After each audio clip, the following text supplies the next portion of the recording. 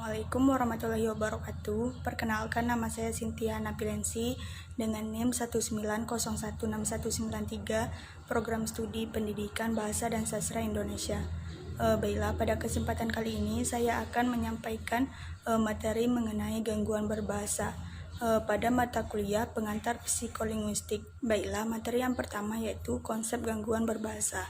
Menurut Kamus Besar Bahasa Indonesia, gangguan adalah halangan, rintangan, godaan, atau sesuatu yang menyusahkan. Sedangkan berbahasa memiliki arti berkomunikasi menggunakan suatu bahasa. Kemampuan berbahasa meliputi berbicara, menulis, membaca, dan menyimak.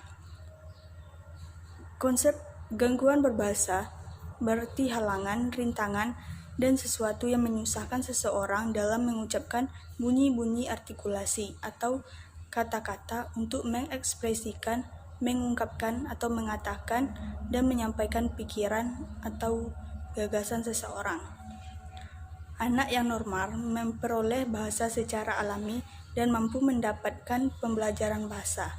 Tingkat perkembangan bicara pada anak berada di bawah tingkat kualitas perkembangan bicara yang umumnya. Dapat diketahui dari ketepatan penggunaan kosakata pada anak saat bermain dengan temannya, pada saat ia berbicara ataupun berinteraksi. Keterlambatan berbicara pada anak berpengaruh sangat serius terhadap kemampuan membaca pada awal anak masuk sekolah.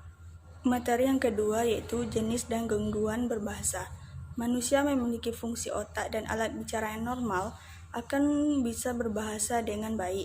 Kemudian sebaliknya, mereka yang memiliki gangguan fungsi otak dan alat bicara akan mengalami hambatan dalam berbahasa yang sifatnya memproduksi bahasa atau menerima bahasa.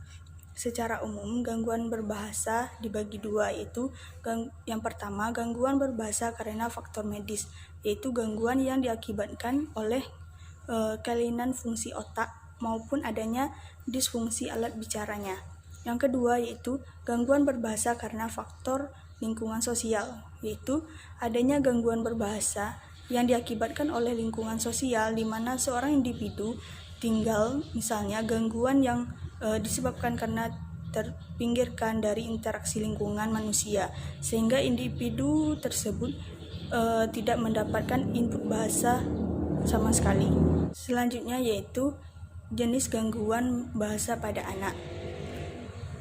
Biasanya gangguan ini bisa dideteksi sejak dini, sehingga hal ini tentunya akan memudah para orang tua untuk mencari solusi dan mengetahui gangguan yang dialami oleh anaknya.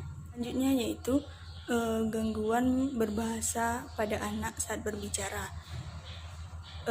Adapun faktornya yaitu masalah artikulasi, gangguan bersuara, masalah kefasihan, afasia karena ketidaksempurnaan perkembangan otak, dan keterlambatan berbicara yang dapat dipicu faktor lingkungan, gangguan pendengaran atau gangguan tumbuh kembang pada anak.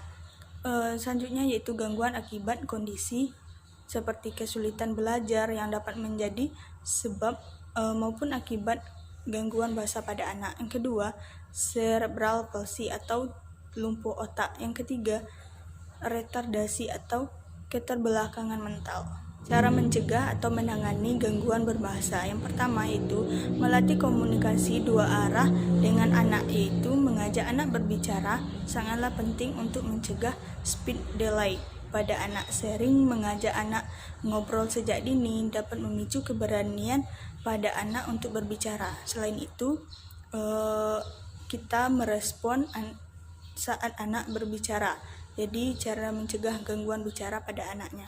Yang kedua yaitu bermain permainan yang sederhana dengan anak, yaitu membacakan buku cerita atau dongeng kepada anak, yaitu dengan membacakan buku pada anak, karena saat membaca orang tua bisa menstimulasi anak dengan pertanyaan atau diskusi sederhana tentang cerita di buku tersebut, sehingga tak hanya dengan membacakan buku, ketika anak sudah menginjak usia membaca, orang tua juga dapat biasakan anak untuk membaca.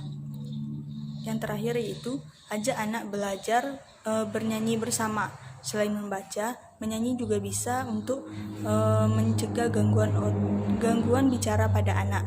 Ada banyak sekali kata-kata baru yang bisa didapat oleh anak yang dipelajari ketika dalam mengenal lagu. Belajar bernyanyi juga dapat mengasah kemampuan menghafal, mendengar, menyimak, serta mengekspresikan ide dengan kata-kata yang baru. Sekian materi dari saya. Jika terdapat kesalahan, saya mohon maaf. Wassalamualaikum warahmatullahi wabarakatuh.